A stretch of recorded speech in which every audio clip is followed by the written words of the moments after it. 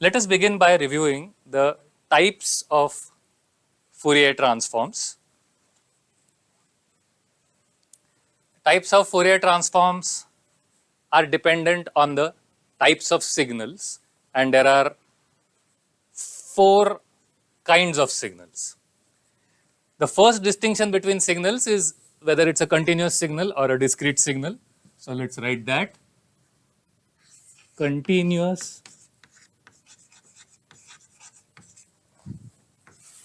versus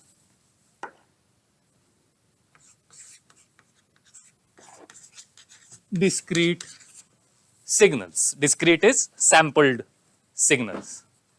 The second distinction between signals is signals with infinite length and signals with finite length. And signals with finite length can be interpreted, if we wish, as signals which are periodic or signals with a circular domain. So, infinite length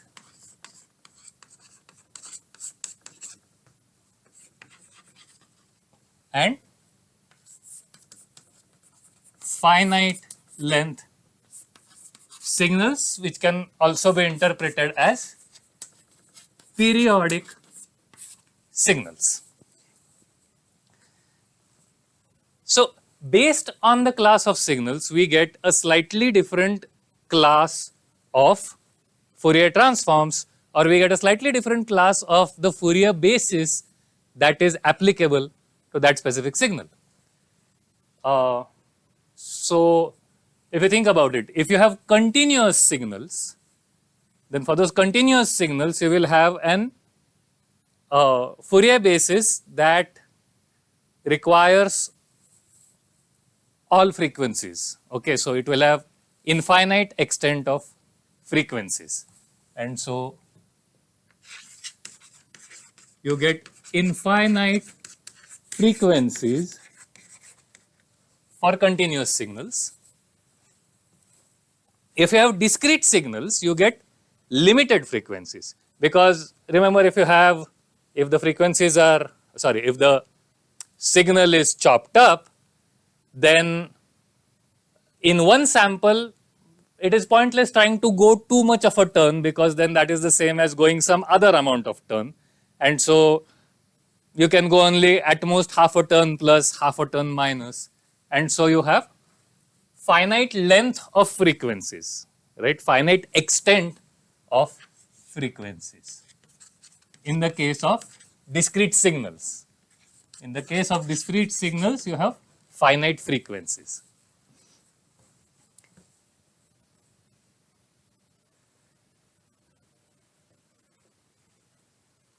In the case of finite length of signals or periodic signals, we restrict our spirals to those spirals which are also periodic of the same period, which means that we now have discretely many frequencies, because there could be a continuum of frequencies, but the other frequencies will not all be periodic of the same period, and so we have discrete frequencies. And for infinite length, we have a continuum of frequencies, because there is no concept of periodicity anymore, and so you have a continuum of frequencies. Now, we will in a moment fill in all the specific Fourier transforms that are applicable in these 4 cases, but even before we do that, you can start to see the duality between the signal domain and the frequency domain, right? I mean, think about it. Continuous signal, infinite frequency. Infinite signal, continuous frequency. Discrete signal, finite frequency extent. Finite signal extent, discrete frequency. So, if you look at this, you start seeing, even before we put in any further information, you start seeing the duality between the time domain or the signal domain and the frequency domain. Now, which are the specific Fourier transforms that are applicable in each one of these?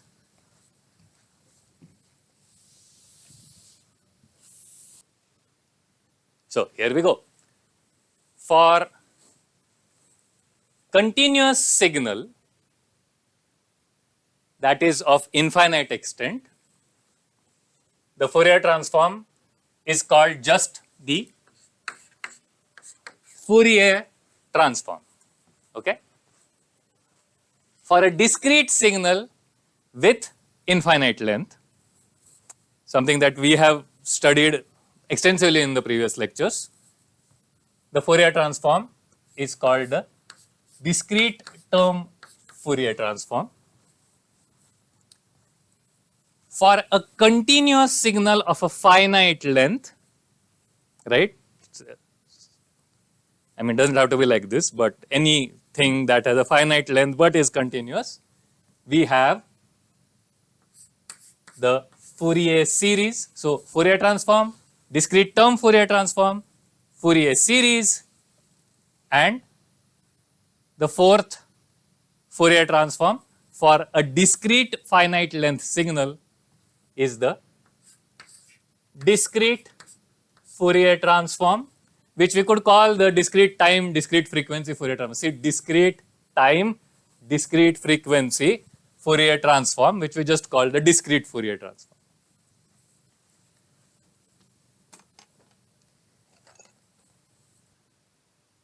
What are the formulas? I am going to quickly write in the formulas for the Fourier transforms and their inverses, and we will discuss them.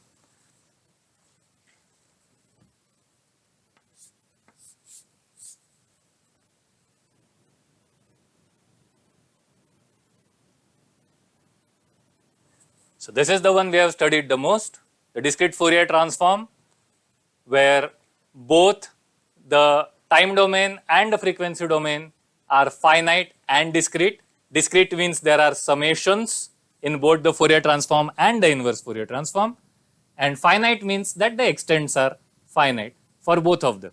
Now notice that while teaching this to you in detail, I put 1 by n, I think here, but like I told you, depending on the textbook you use, there could be 1 by n here, there could be 1 by n here, there could be 1 by root n on both places, or even other combinations. Sometimes even these could be the formulas that they use and correct them in other places. So today I will not go into those details. Okay, let's do DTFT next.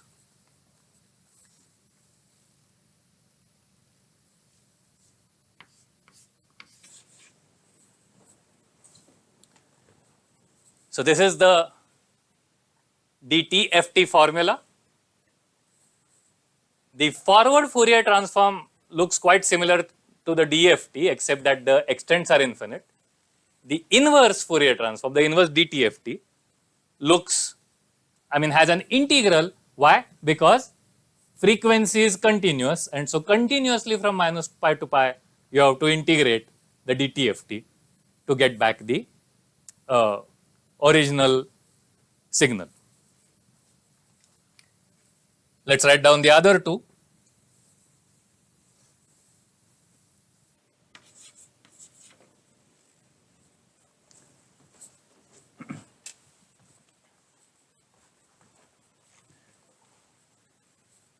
Okay, so here are the other two formulas.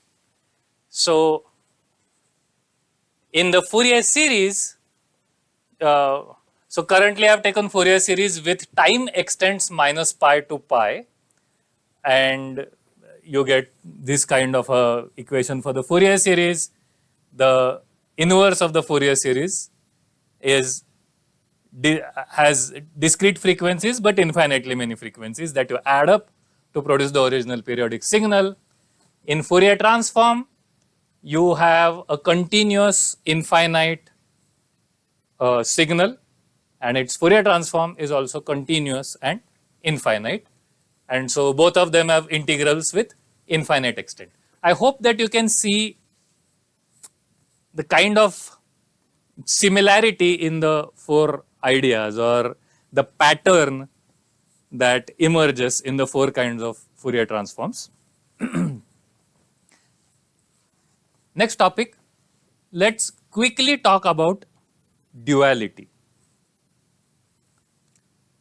So remember, what is duality? Duality is the fact that the Fourier transform and the inverse Fourier transform are almost the same operation.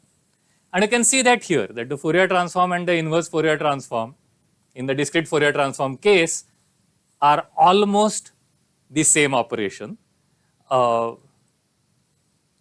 except that there's a loss of that minus sign, and there could be some different multiplier here, which I am disregarding today, and that minus sign will cause a little bit of a shuffling of the indices.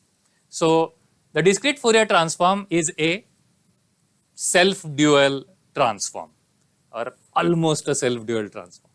Similarly, the Fourier transform, now if you look at these two equations, you will again see that it is self-dual. So the continuous Fourier transform, the inverse of the continuous Fourier transform, continuous infinite extent Fourier transform, its inverse is almost a continuous Fourier transform itself, except again there's a little bit of the indices changing. And so if you took a Fourier transform of the Fourier transform of a signal, you will get back the original signal, but it will be left-right flipped. Also, depending on the exact formulation, it could be a slightly different scale, like 1 upon 2 pi or something, depending on the exact formulation. Now, the other two are a little bit more intriguing. The DTFT, you see, the forward DTFT has an infinite extent summation. The inverse DTFT has a finite extent integral. You cannot say that this equation is almost this equation. And so the DTFT does not seem like a dual of itself, till you notice that the exact opposite effect happens in the Fourier series. Do you see that? That the forward Fourier series has a finite integral, and the inverse Fourier series has an infinite extent summation, which is the opposite of this. And so what happens is that the DTFT and the Fourier series are not self-duals, they are duals of each other. Specifically, if you took the DTFT of a signal and then took its Fourier series, you will get back the original signal. Also, if you took the Fourier series of a continuous finite extent signal, and whatever you get, you took the DTFT of that, you will get back the original signal. So, duality in all these four domains. This is a self-dual, this is a self-dual, and these two are each other's duals.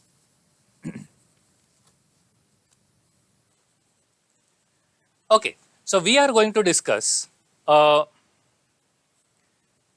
new concept today that is kind of a dual of the concept that we have discussing for a long time.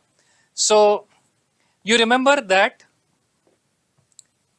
what are we mainly studying? We are studying convolution, and we can study convolution in each of those four domains that were on the board a little while ago. So you can have continuous convolution, continuous signal and its spread. You can have discrete convolution, which we have been primarily studying. You can have convolution of signal with infinite extents, which is what we started with the anthills. And you can have convolution of signals with finite extent. And how do you do that convolution? You do a circular convolution. So in the case of the Fourier series and the discrete Fourier transform, you do circular convolution. So for that specific definition of convolution in the signal domain, gives multiplication in the Fourier domain or the frequency domain, and we have studied it very thoroughly in these two cases, the DTFT and DFT, and the same thing applies to the two continuous domains as well. So, convolution in the signal domain produces multiplication, like point-wise multiplication in the frequency domain. Now, just by duality, the opposite turns out to be true as well. So, the first proof of that is just by duality. So, what do we mean? What we mean is that if you multiply two signals in the signal domain or the time domain, which means you just point-wise multiply two signals to produce another signal, then what happens in the frequency domain is there is a convolution in the frequency domain. Okay?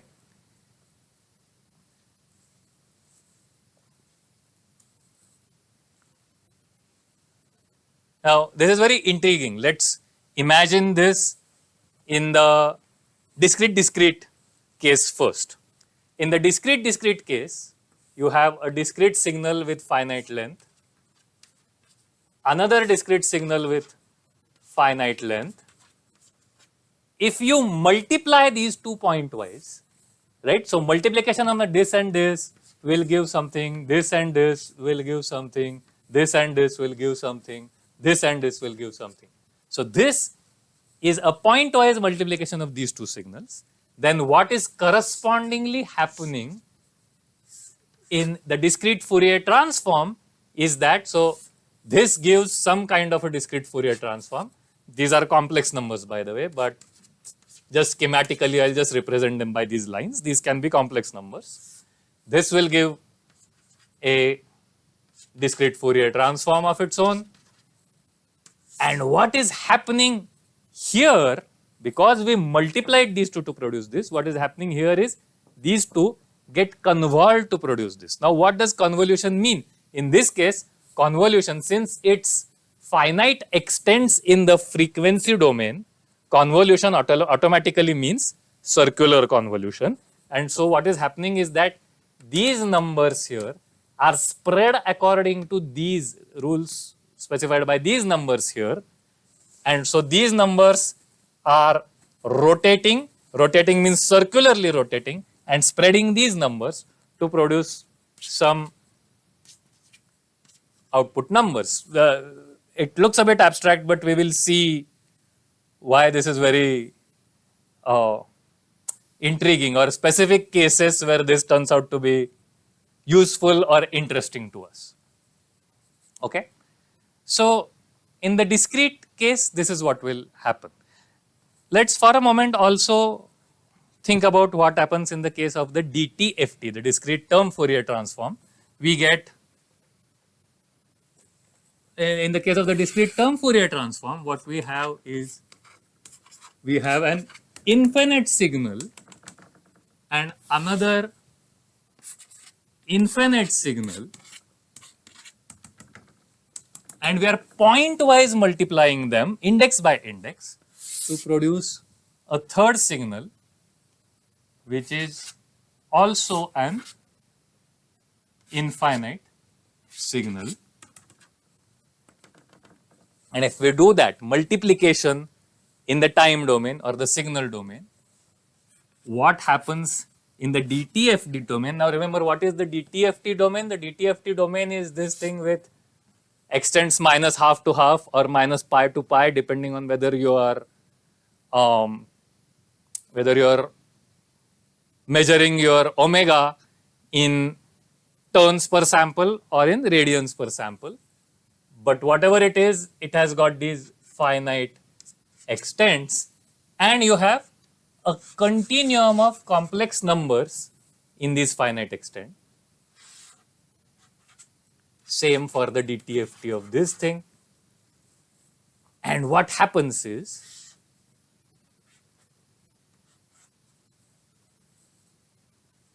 this, now imagine this to be a signal. Okay, instead of it being frequency based, just imagine your mind that this was a signal itself, and the finite extents actually are depicting a periodic signal. So this is also a periodic signal, and you are circularly convolving one by the other. Now this is continuous domain convolution. It works very similarly to discrete convolution, except that you are spreading each point here continuously onto this continuum using this continuum of rules, and so you do that with an integral.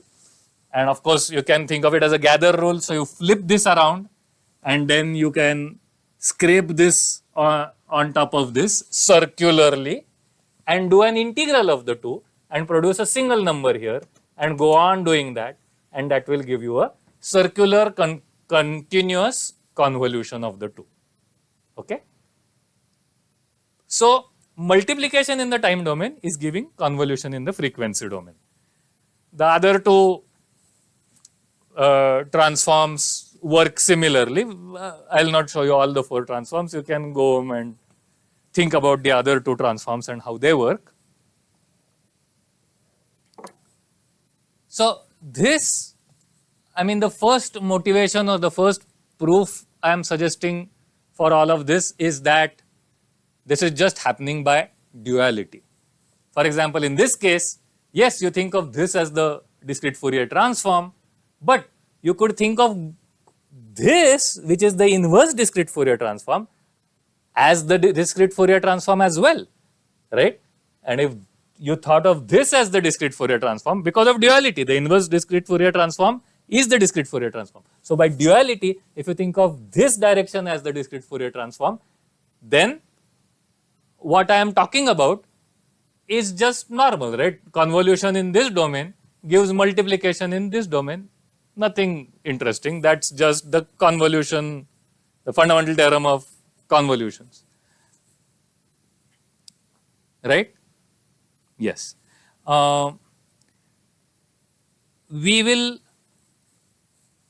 call this theorem like the reverse fundamental theorem of convolutions, that multiplication in the time domain gives convolution in the frequency domain. We will give this a name, we will call this the modulation theorem.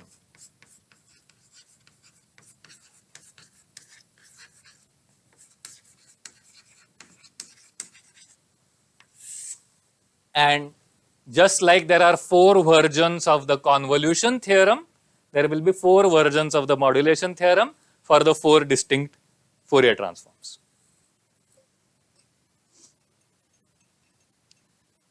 Why do we call it the modulation theorem? Because modulation is going to be our name for taking a signal and just point-wise multiplying it by another signal without causing some kind of collapse or summation. So we want to separate the idea of just point-wise multiplication from the idea of taking various kinds of dot products, right? So just point-wise multiplication, and then the output is a signal.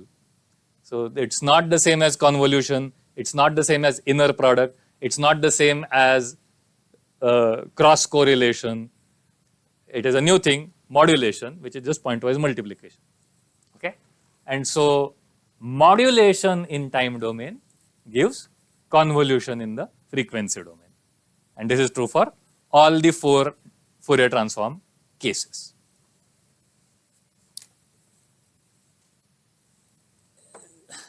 Let me try to give you a direct proof of the modulation theorem. So, motivating it by saying, oh, this is just the dual of the convolution theorem is one thing, and that's a good thing, but maybe it means something directly as well, or there's a direct mathematical way to see it as well, and let's talk about that.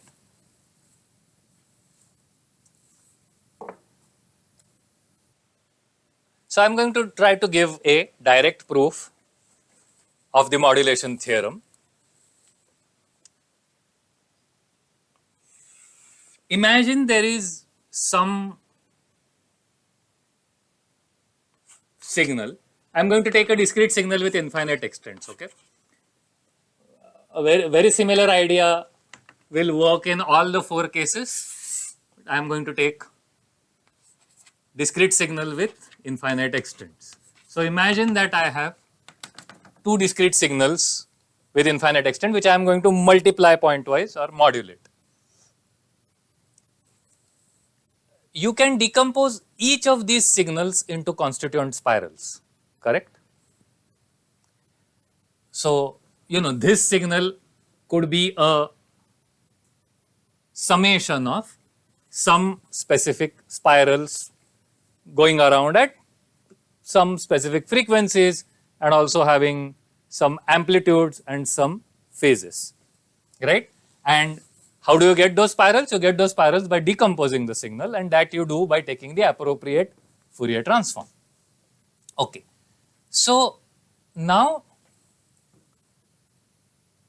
if you think of that signal as made up out of these, spirals going around at different frequencies, summation of those. Similarly, you can imagine this signal as well as spirals, as a summation of spirals going around at various frequencies.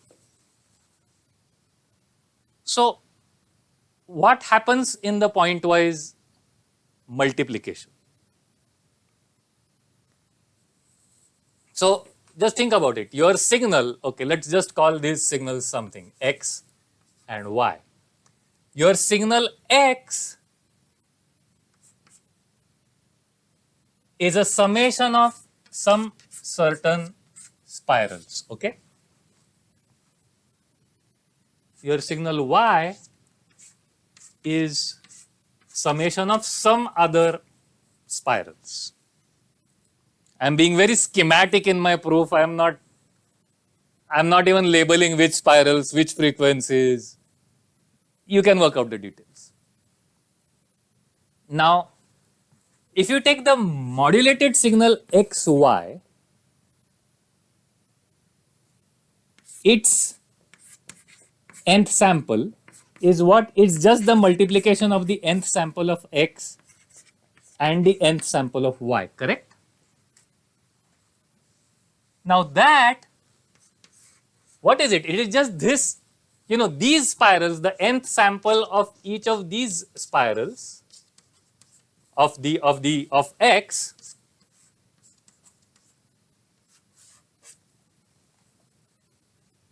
multiplying and a summation of that multiplying the nth sample of each of these spirals and the summation of that.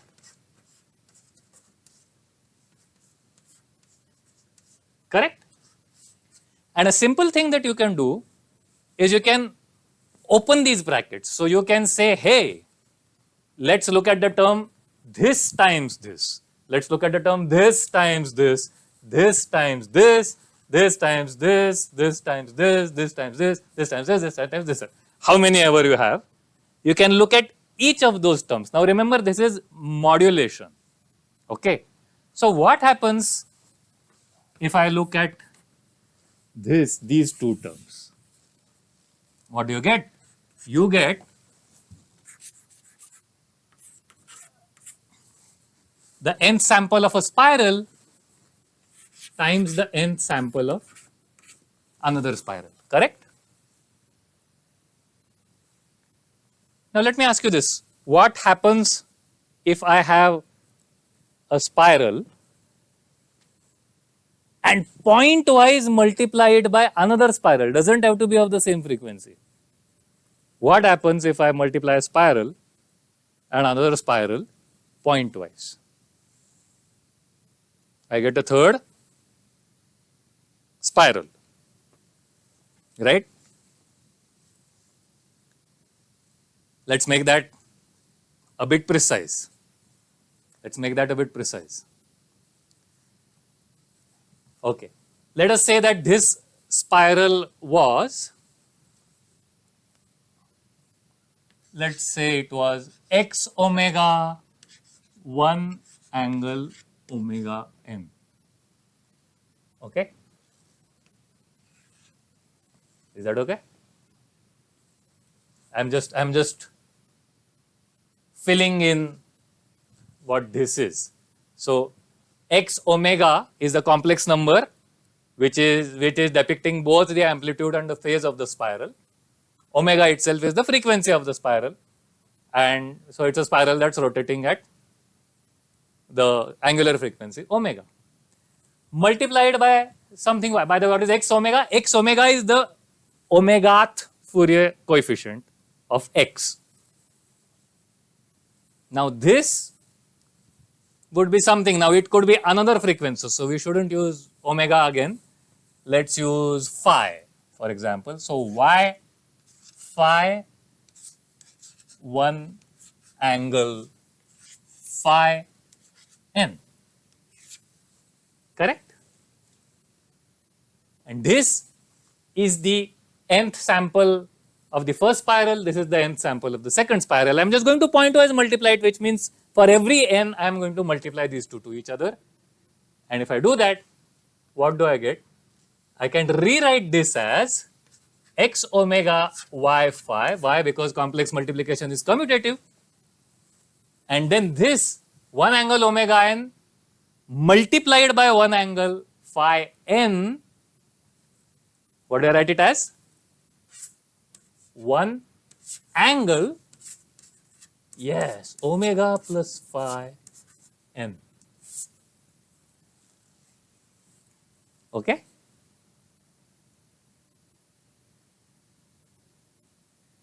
And now if you look at this carefully, you realize how the convolution comes about. This is convolution in the frequency domain. Multiplication in the time domain is giving convolution in the frequency domain. Do you see it? Do you see it? Look at this. You have, the Fourier transform of x, let's call it capital X, is all of these x omegas, correct?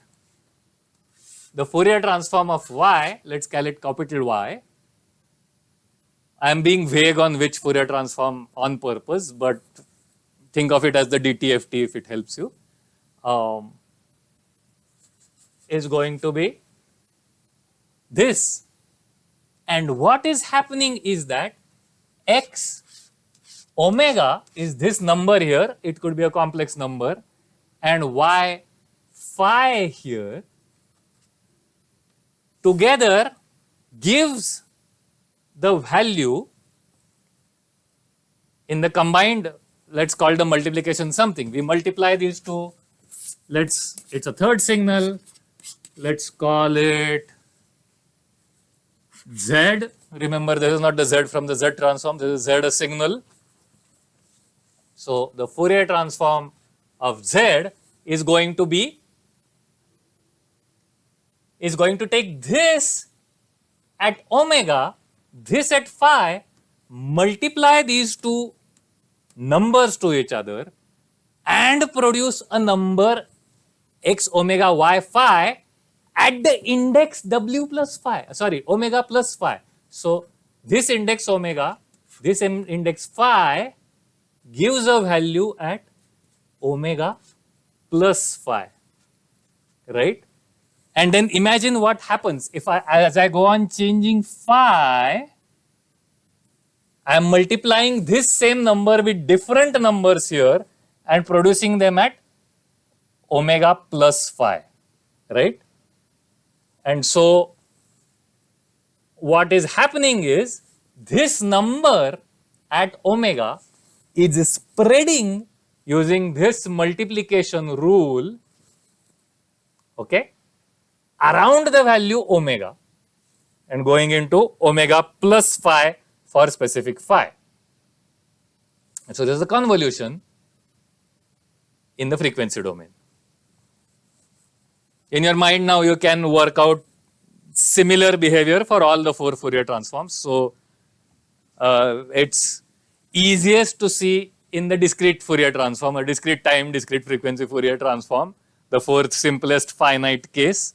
It's easiest to see in that specific case how all of that works, because there's only a finitely many spirals and it's easy for you to see that a spiral modulating a spiral, which is pointwise multiplying a spiral, will always produce a third spiral, and that will give you the that will finally give you the convolution. So work this out in detail yourself, but I think it's instructive to see how just what is happening when you multiply two things. You can think of it as decomposed spirals, and then spirals modulating spirals to produce spirals of another frequency, and that's what is causing the shift in frequency, or that's what is causing the spread in frequency or the convolution in the frequency domain.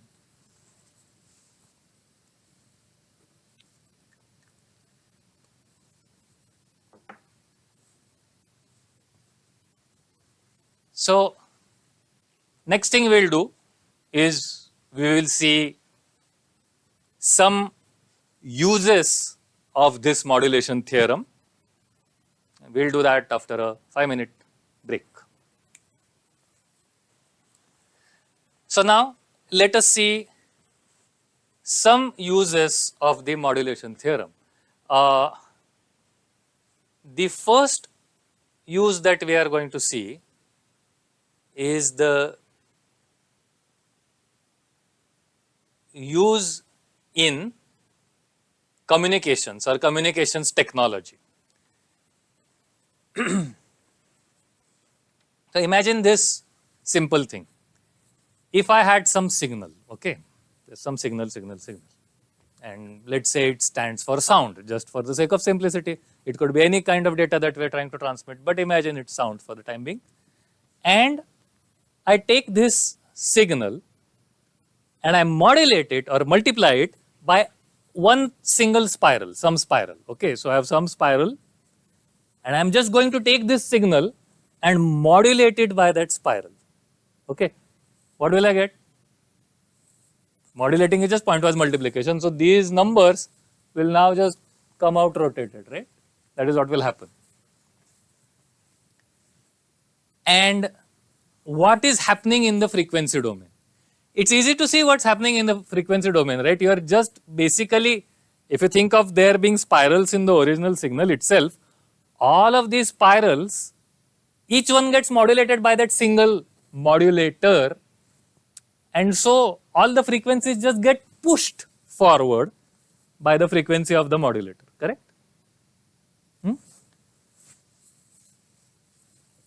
This is easiest to depict in the continuous infinite domain, which means the domain of Fourier transforms themselves, and so I will use Fourier transforms to show what is happening. If you have some signal that you want to transmit, you multiply it by a modulator,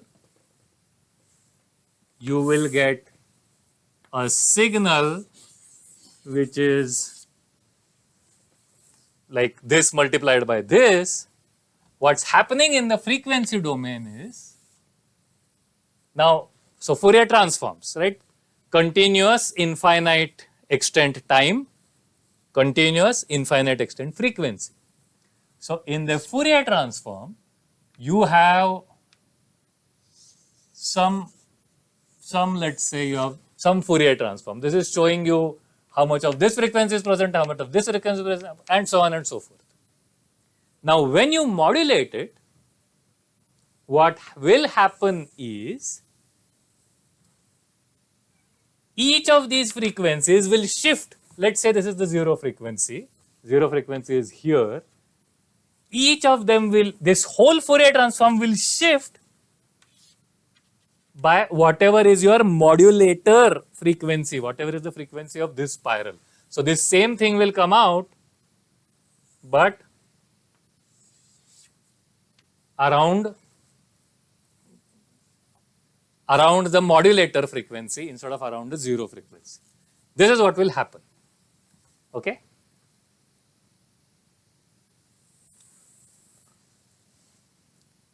What is the Fourier transform of this itself?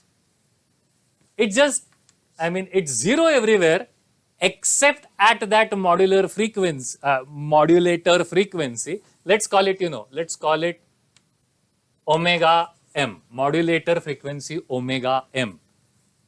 At that modulator frequency omega m, there is a spiral. Okay, so let's think of it as 1 at omega m and 0 everywhere else, except that you are doing this with integrals, so it's not 1, it's a Dirac delta, which we don't have to worry about. Some mathematics, if you want to do this in detail, you have to learn distribution theory and Sobolev spaces and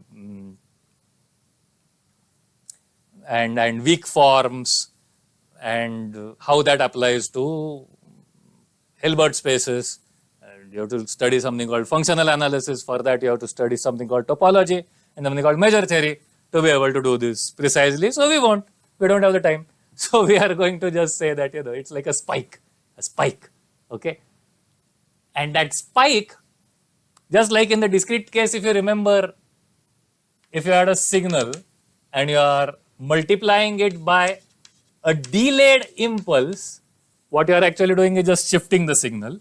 This spike is like a delayed impulse but in the frequency domain, and what that does is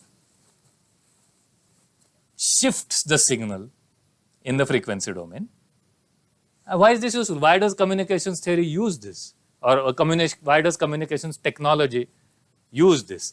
Communication technology uses this because this allows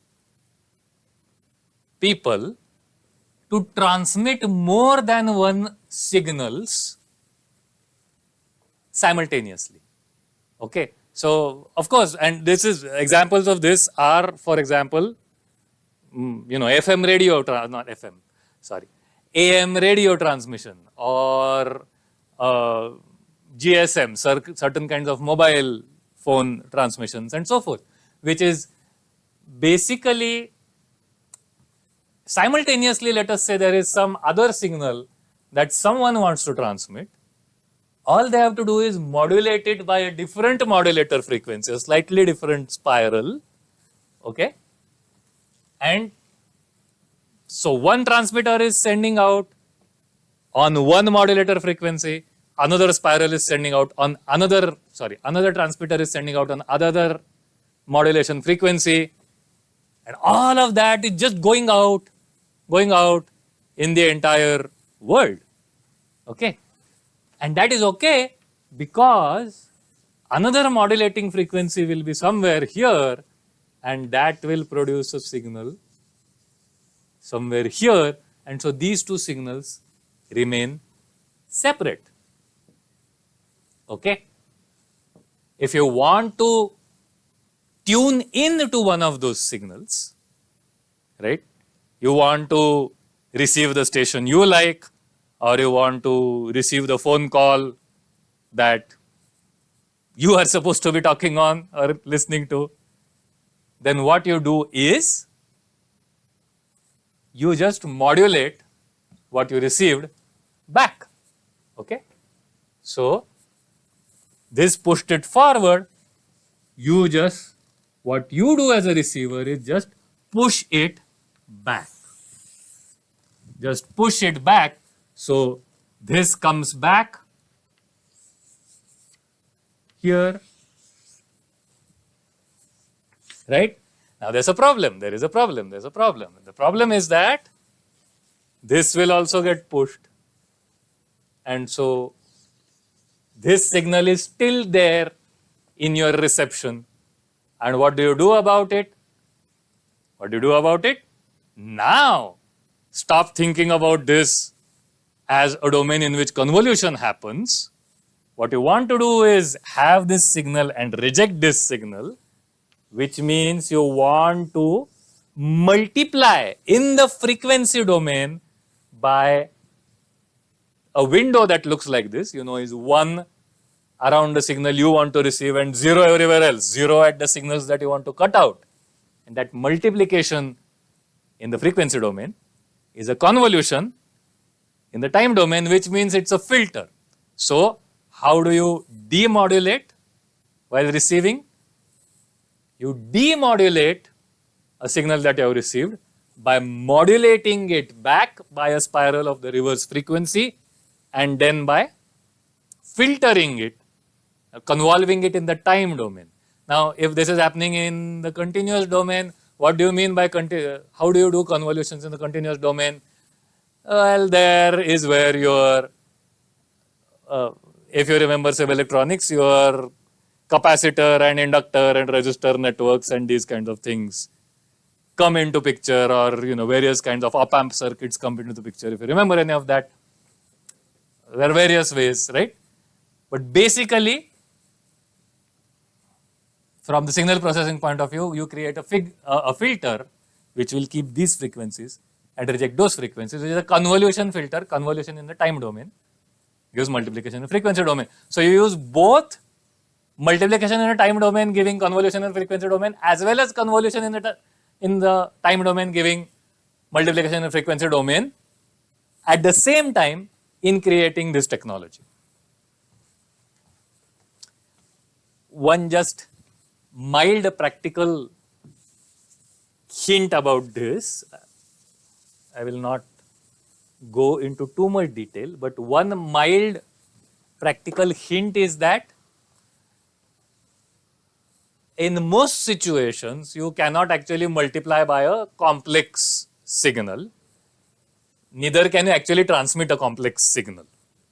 And so what you do is, instead of modulating by just omega m, you modulate by the summation of two spirals. One is omega m, the another is the negative of that frequency, minus omega m. What is the summation of these two spirals? Summation of two spirals which are conjugates of each other is a sinusoid. So practically, many a times, what I am talking about is done using modulation by sinusoids. This is traditionally called amplitude modulation, and the frequency representation of this, as we have done before, is going to be two spikes, one at omega m, one at the negative of that frequency, right? Two spirals going in opposite directions, producing a sinusoid. And so this will now get modulated into two things, right? Correct? Like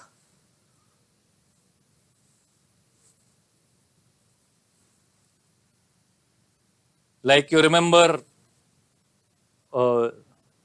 Caesar seeing two Brutuses because it was convolved by a convolution kernel with two dots. Same thing is happening, but in frequency domain. Two dots or two spikes convolving this produces a signal that looks like this. Okay? And then other stations, other transmitting stations could also be there at other omegas. Now, how do you convolve this, or how do you demodulate this? And it turns out that to demodulate it, you actually multiply again by the same sinusoid. This seems very strange, right? You take a signal. I was very confused by this at first while studying it for the first time. To modulate something, you multiply it by a sinusoid. That gives you like a modulated signal. To demodulate, you multiply by the same sinusoid again. Huh? How? Well, because what happens is you have this signal now, and you convolve again with something that looks like this signal. What happens is you get, this. Now this spreads by both omega m and minus omega m. This also spreads by both omega m and minus omega m. One of the results is that both of these now add back up, because the omega m modulates by minus omega m modulates by omega m, adds back up to the original signal. You also get ghosts at 2 omega m. So omega m modulates further by omega m, giving you a high frequency ghost signal, and you get a high frequency ghost signal at minus 2 omega m. What do you do to them? You filter them out, and what you have remaining is your original signal. So So this is the use of the modulation theorem in communications technology. Of course, as generations of communication technology go on changing, people have taken this basic idea to extreme levels and done very intriguing and surprising and confusing things. But core idea is still this, right? And the core resource here, of course, is that modulating frequency omega m. So literally a particular FM station will be allocated by the government a particular modulating frequency, or a particular mobile carrier will be allocated a spectrum of a group of modulating frequencies that they have to stay within, and so that's where the spectrum allocation comes from. And so that's one use of the modulation theorem.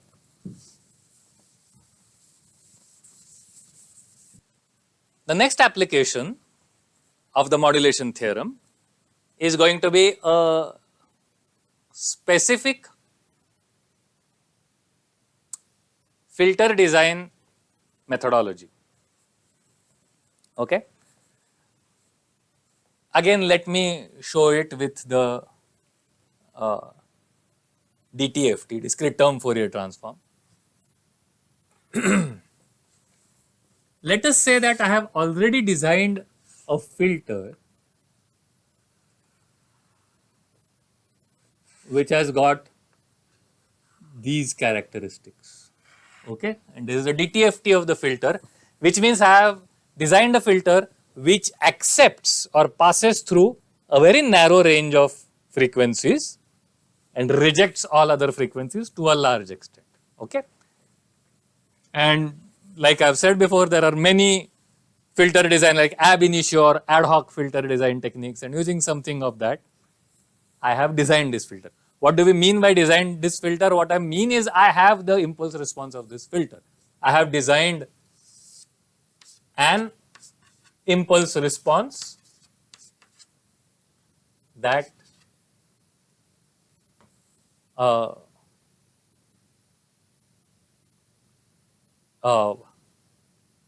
that will, what it means is that I have designed an impulse response which will implement these eigenvalues. Okay? Either I could have done it using some filter design technique, or that's a simple way of doing it. I just design this whatever I want and then go from here to here using the inverse DTFT, right? So that's one simple filter design technique, is just the inverse discrete term Fourier transform, right? Because the Fourier transform, the discrete term Fourier transform, if you remember, does two things. It simultaneously describes the composition of a signal, and it also describes the eigenvalues of a filter. So the eigenvalues of a filter, if you want them to be this, then what is the filter or what is the convolution kernel or convolution impulse response that produces these eigenvalues? You can get that by going against the Fourier transform, which is the inverse discrete term Fourier transform. Maybe that's one way, or there could be other ways. Some way I have this. Now, let's say I want to design a filter which has got this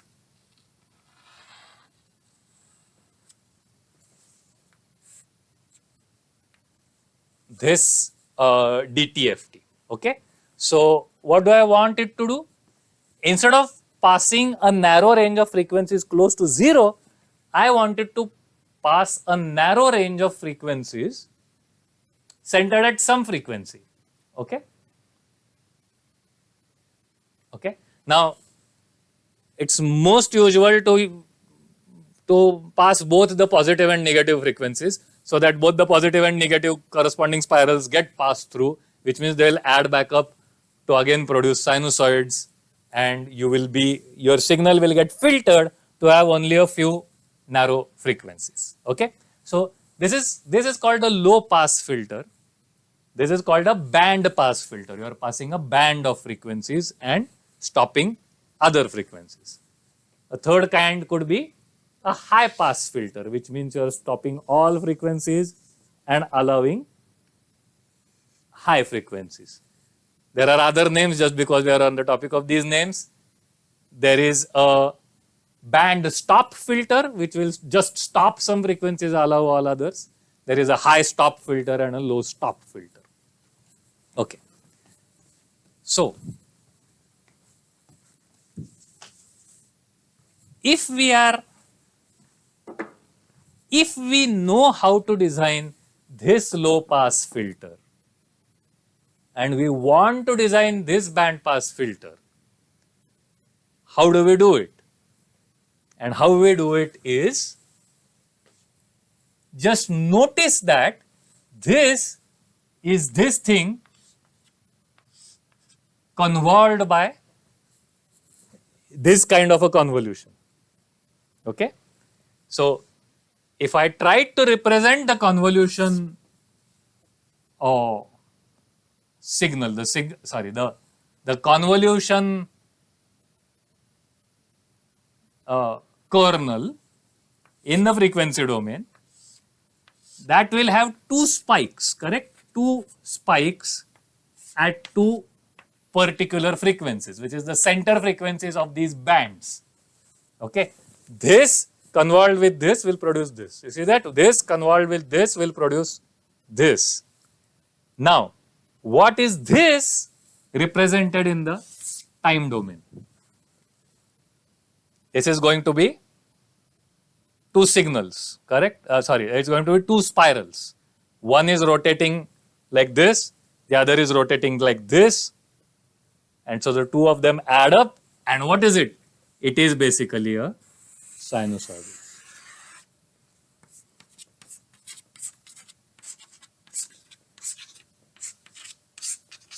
And so to produce this filter or this DTFT, what do? We convolve this and this in the Fourier domain, which means we multiply pointwise or modulate this and this in time. And so basically what will happen is, whatever this filter is, you will multiply it by this, whatever these numbers are here, and that will produce your final filter, which will produce this. So, what is the technique here? If you have produced a filter that produces a particular Fourier transform and you realize, oh, I need to shift this Fourier transform. I want a filter that shifts the Fourier transform. How do you do that? You do that by modulating the original convolution kernel by a sinusoid. And you see that often. I kind of, when I was first studying this, I used to actually try to look at the impulse responses of band pass and high pass filters. And I used to always wonder, why do they look so sinusoidal themselves? Why do band pass and high pass filters look as if they themselves are a sinusoid? And that's because low pass filters are usually very slow moving. And then that very slow moving filter is being modulated by a sinusoid of the center frequency of the band. And so the filter kernel itself looks almost like the sinusoid, multiplied by a very low, like a very low smooth signal.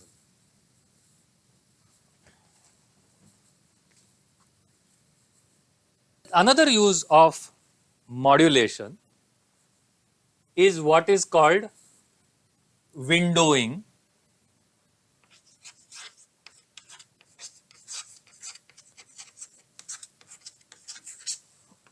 And within windowing, we are going to see two uses. The first use is again going to be for designing filters. Okay. So imagine that you have designed a filter that has got an infinite impulse response. Now here I am not even saying that it has to be a causal filter. We studied infinite impulse response causal filters in the previous lecture.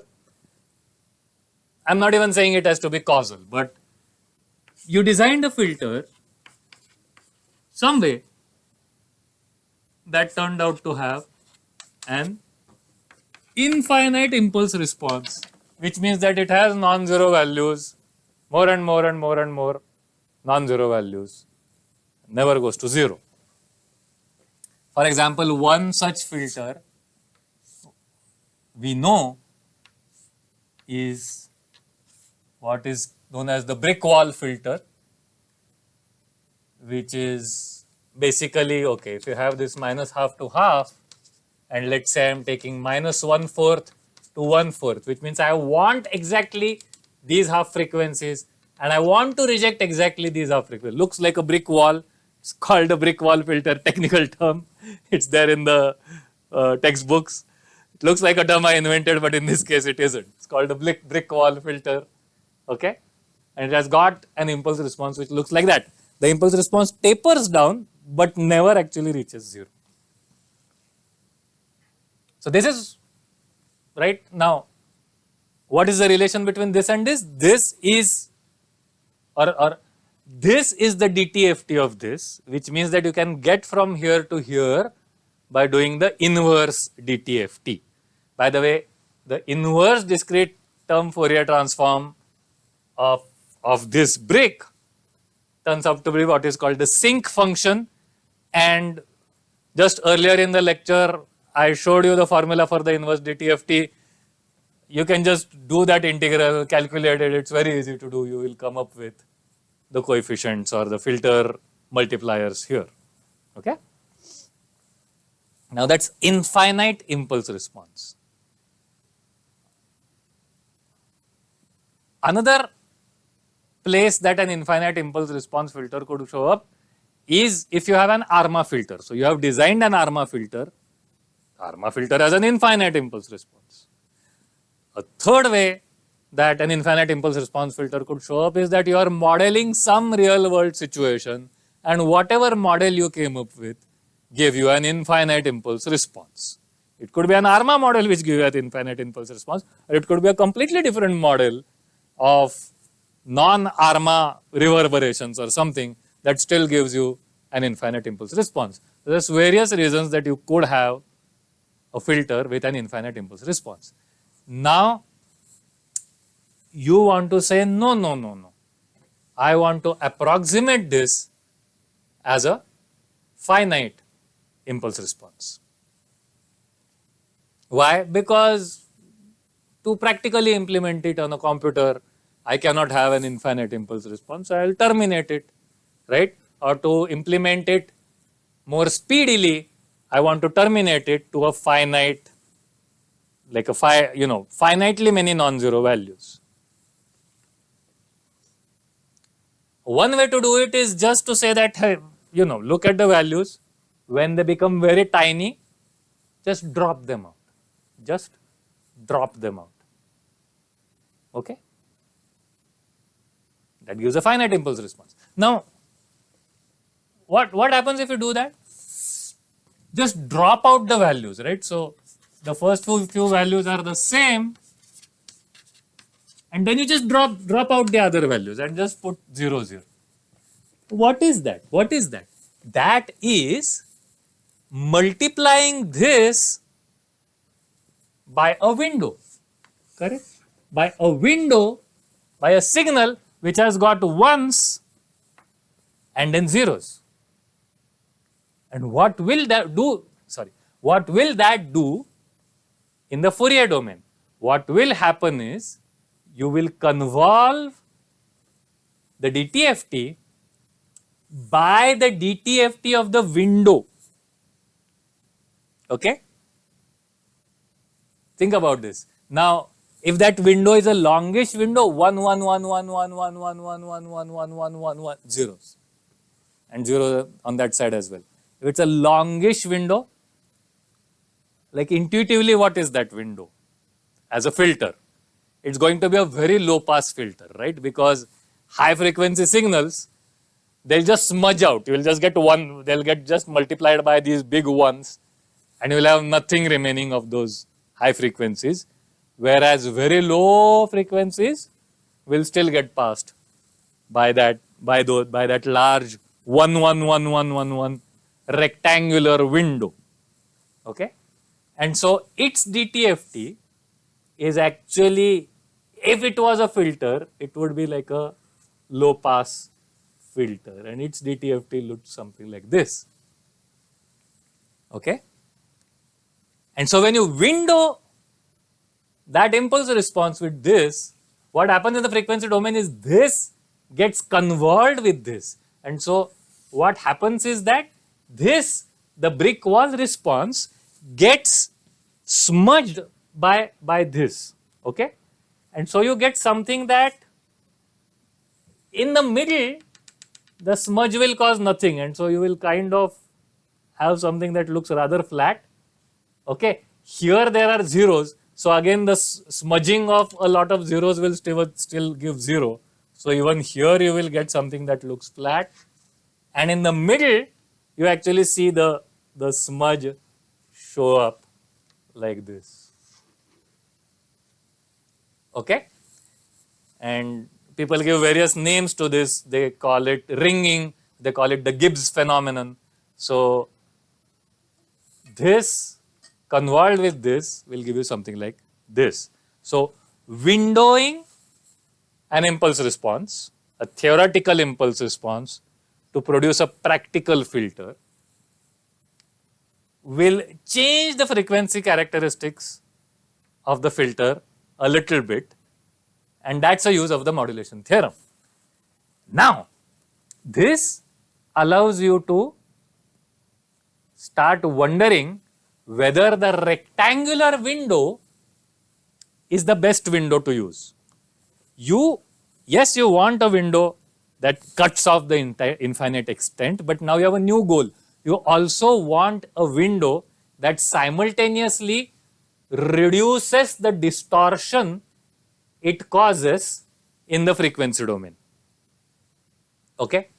And that gives this very big theory of window design. So, rectangular window is the easiest window, and simplistically you would think that, hey, I want the numbers outside this to be 0 because I want to implement convolution in a finite, like a finite calculation. But within this window, why should I change the numbers? I'll be most accurate if I keep the numbers as they are. And then the rectangular window should be the best window.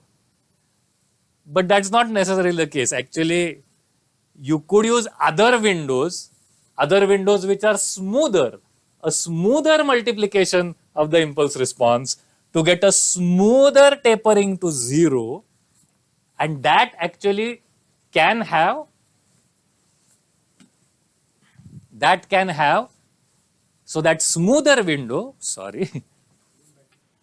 so if you use this smoother window, right, not this rectangular window but a smoother window to multiply the original impulse response, you could get something that is more focused in frequency, than the rectangular window, or has better what is called stop band characteristics, and then when that convolves this, you could get a window with a sharper what's called a roll off and or a better stop band rejection ratio. And so people try to design a lot of these things. So window design itself becomes a topic of infinite fascination. So there are windows called the Hamming window and the Hahn window. All these scientists came up with windows of their own, right? French windows, no, that's not. That's not a signal processing window, though it could be.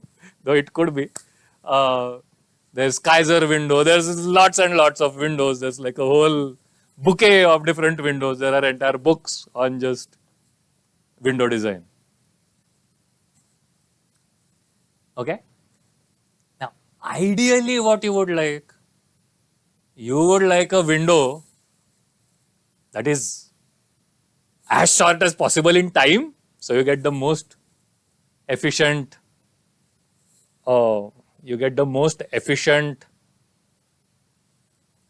What shall we say? The most efficient implementation of the filter, as well as narrow as possible in the frequency domain. So the ideal window would be a window that simultaneously is very short in the time domain and simultaneously as short as possible in the frequency domain.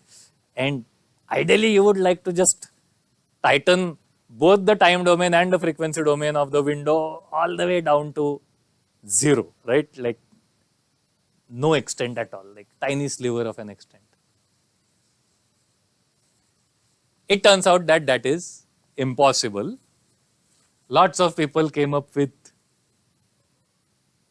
lots of theorems which are variants kind of. So there's this whole class of theorems of how do you measure the extent of the window in the time domain, how do you measure the extent of the window in the frequency domain, and then there are these theorems saying that, hey, if this is this, this cannot be less than this, right? Like cross constraints, and you cannot go beyond these cross constraints. Together, these kinds of theorems are called uncertainty principles. A specific famous one is the Heisenberg uncertainty principle. You might have heard of it in quantum physics, but it's actually a Fourier transform theorem.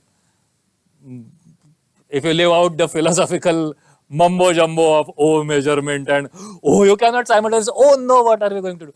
If you leave out that the philosophical part of quantum physics, it's basically saying that a window cannot simultaneously, or forget window, just a signal cannot simultaneously be localized both in the time domain and the frequency domain beyond certain extents. Okay, so go look it up, the Heisenberg uncertainty principle, or I think signal processing people call it the Gabor uncertainty principle or something like that. And they have various names in different subdomains of signal processing for very similar theorems, and there's a whole large class of theorems. Okay. Basically, the point here is that any windowing is going to produce a kind of trade-off. Okay, it's going to produce a trade-off between limiting the time domain and getting the frequency domain to be precisely how you want it to be. And you have to live with that trade-off.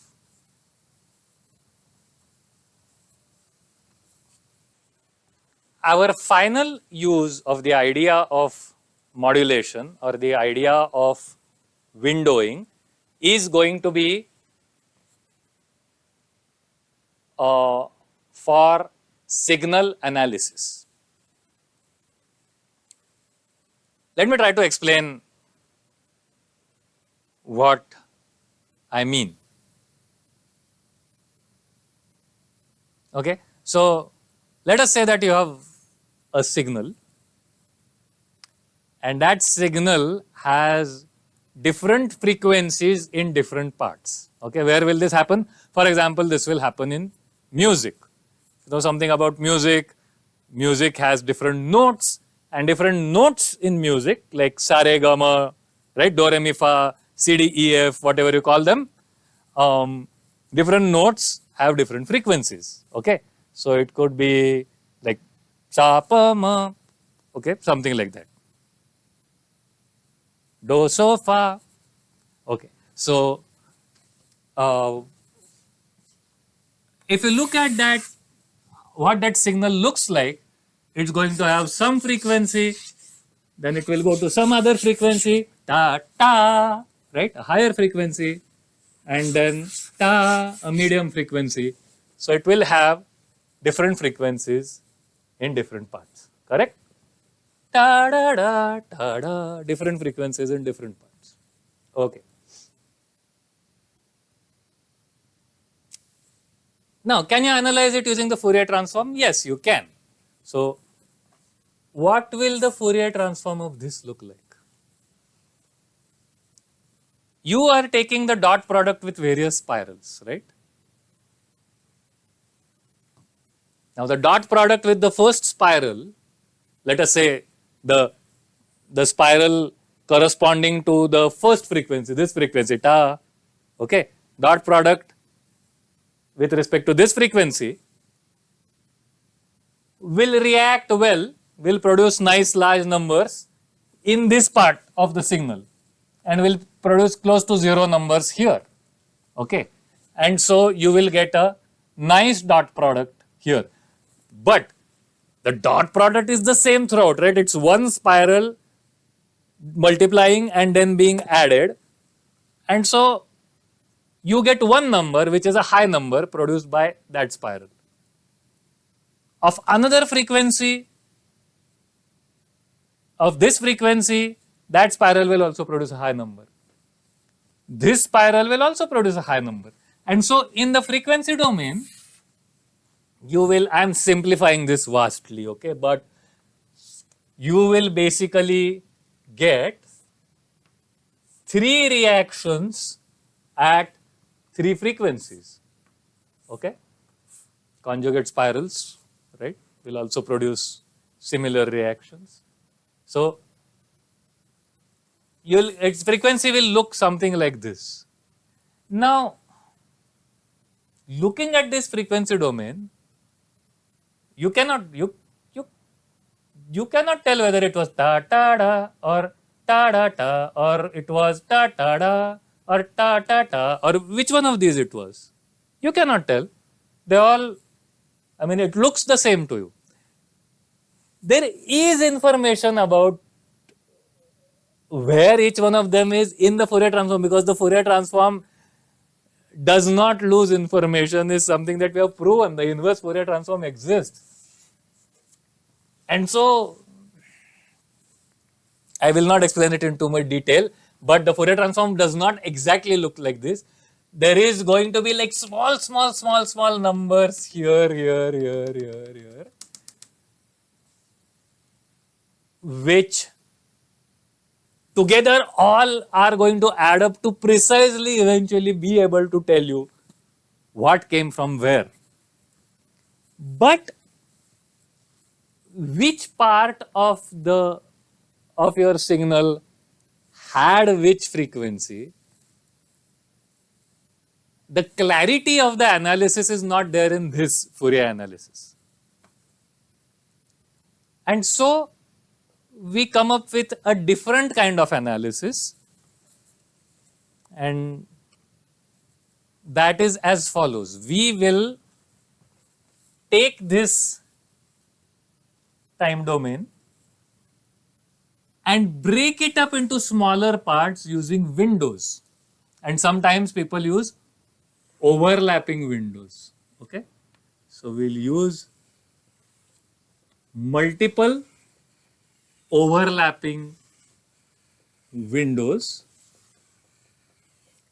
and then in each of, so these are different signals, okay. All these purple colored signals are different signals. One of them, let me just show you one of them in bold. One of them just looks like this. It's a window centered around one location in time, and you multiply the signal by this window to produce a signal that represents what is happening at that location in time. And now you take the Fourier transform of that, okay. This even has a name to it. This is called the STFT, or the short term Fourier transform. If you take the Fourier transform, now what will happen is, you will see, whatever is the frequency there, ta was the frequency there, let us say, which is this frequency, let us say, and so you see that represented very highly in your Fourier transform. But you cannot get it to be as sharp as this. Why? Because of the Heisenberg uncertainty principle. You limited your time analysis to a short time window, which means it has to show up as a loss somewhere else, and it's going to show up as a loss in the Fourier domain, which means that you will get a smudged Fourier domain representation. Okay? You get a smudged Fourier domain representation. So what will happen is, the shorter your time window, the more smudged your Fourier domain will be. The more sharp you want your Fourier domain analysis, the more smudged, or the more you do not know where your analysis is coming from. You cannot simultaneously have a perfect measurement of the time domain location of a signal or of a phenomenon and its frequency domain, like its precise frequency domain location. The errors in the two together cannot be brought lower than something. And so there's got some very fun outcomes. Okay, so let us say, so these are notes, right? I mean, notes in music, ta ta da are notes in music, and a note is a particular frequency. Now, if I want to know if I hit the exact frequency, if I hit the exact note, I could do this kind of STFT analysis, but the shorter the shorter the window I am trying to analyze a note in, the less precise will be the frequency analysis. So what am I saying? What I am saying is that short notes are themselves imprecise. It's not that the singer or the instrumentalist produced them imprecisely. Just theoretically, there is no such thing as a short, precise note. It shows up in a lot of music. So, for example, do you know that there are, like if you have like a big symphonic orchestra, right? You must have seen it, right? Like 100 instruments, there are violins here, second violins here, there are the violas and the cellos here, and then the brass section, and then the timpani, and right, and there's a conductor and conductor, wah, bah, bah, bah. Okay, that's happening. So all of these, each of these instruments has its own particular range of frequencies. Violins are going teh, violas are going poo, and the basses here, cello, are going boh, and the double basses are going top, top, top. Okay. It turns out that when musicians try to write music, you must have seen the sheet music, right? They are writing music for each one of these separately. Musicians will always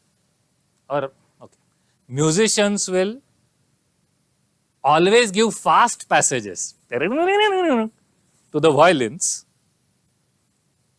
and never give fast passages to the double basses.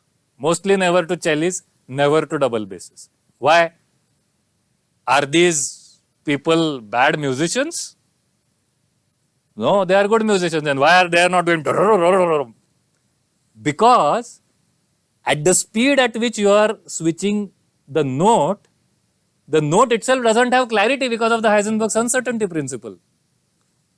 And so which note it is not clear. You have to hold a note on the double bass, the low frequency instrument. You have to hold a note for it to register in your ear, for the short-term Fourier transform in your ear to actually be able to make out what note it is. and not just here. Okay.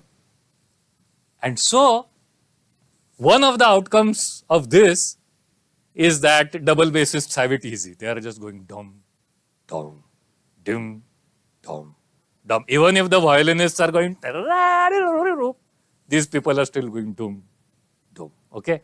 The pianist sitting in that corner there has the most interesting time. Right hand playing high frequencies, left hand playing low frequencies. So his right hand is going, his left hand is doing dum, dum, dum, dum. So he's going like this, and he has to remember not to confuse. Okay, right hand going fast, left hand going slow.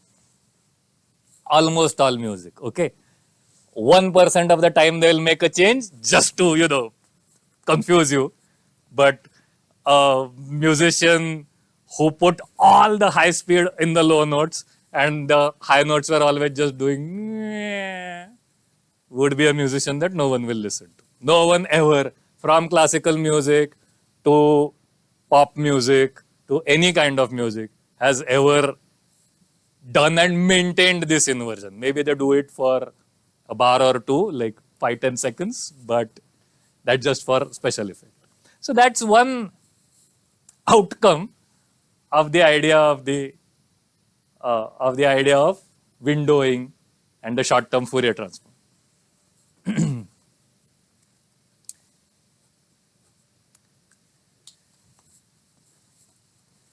Some people come up with this idea that, hey, you know what?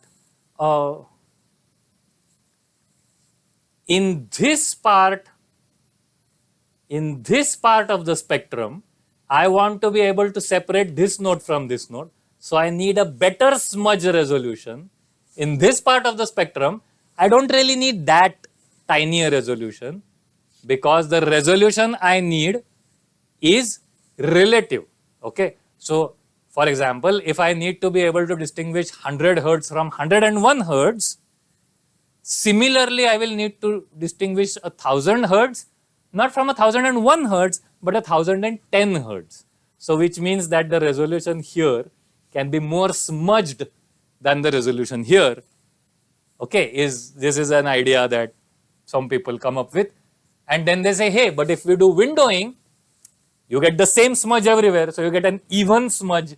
And so in these places, that smudge is too much smudged.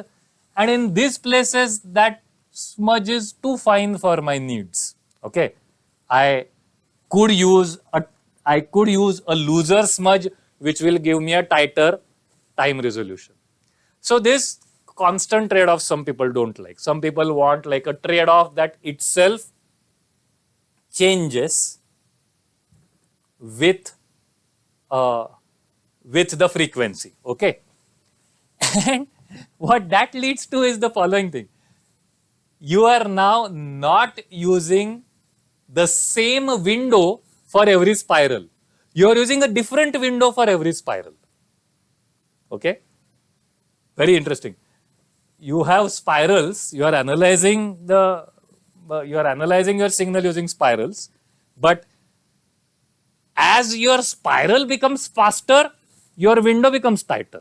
As your spiral becomes slower, your window becomes slower. Okay. And what that leads to is that you can actually pre-multiply the window and the spiral, because they are both compressing and expanding together. So you can, instead of thinking of them as two things, one of them is the Fourier analyzer and the other is the window, you can think of it as a single shape which multiplies the spiral, which is just a windowed spiral in your mind, but it's just a single shape. Okay, and it's that shape that tightens and loosens, and then you take the dot product with that shape. This analysis is called wavelet analysis, and that the windowed shape where both the spiral and the window become tighter and looser is called wavelet, or a wavelet shape. And then people design lots and lots of wavelets, but basically you tighten and loosen the whole, the window and the spiral at the same time to get this kind of an analysis, to get an analysis which tightens and loosens at different frequency location and correspondingly gives you a better time resolution for higher frequencies so that you can understand the fast passages played by the violins, and at the same time lower resolution, lower time resolution but more frequency resolution for the low frequency players or the low frequency parts of your signal so that you can understand the exact note played by the double basses. That analysis is what you can perform using this variant of the short-term Fourier transform, which is known as the wavelet transform. There are entire books written on the wavelet transform, so obviously we cannot finish that here.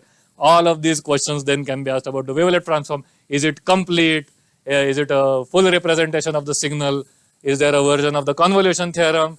And so on and so forth. So, you know, you can go and read the wavelet transform books. I have tried to present the main motivation.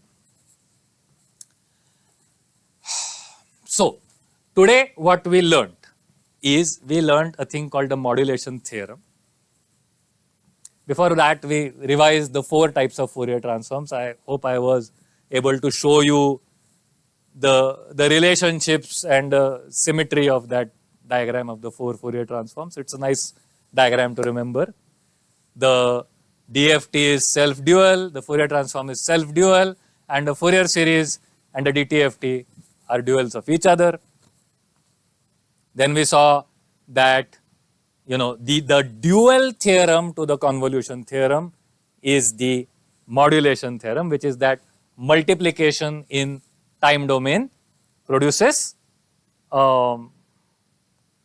convolution in the frequency domain. This works in all of the Fourier transforms.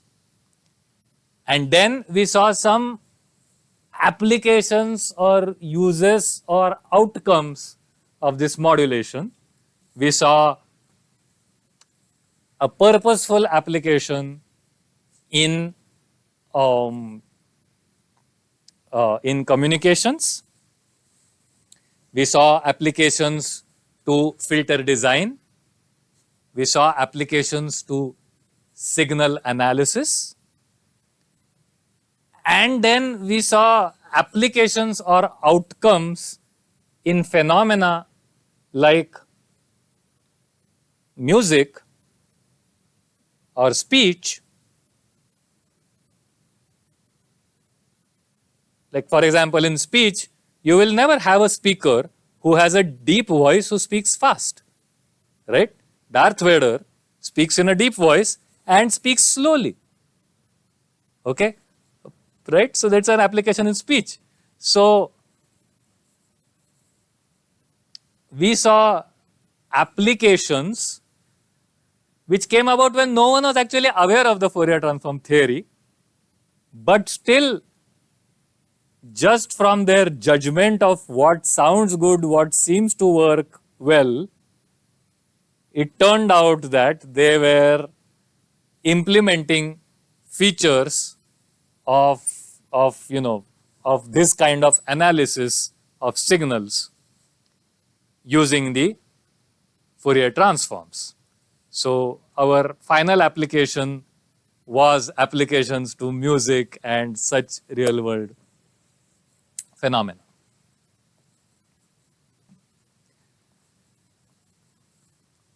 So that is it for today, and we will see you in the last lecture.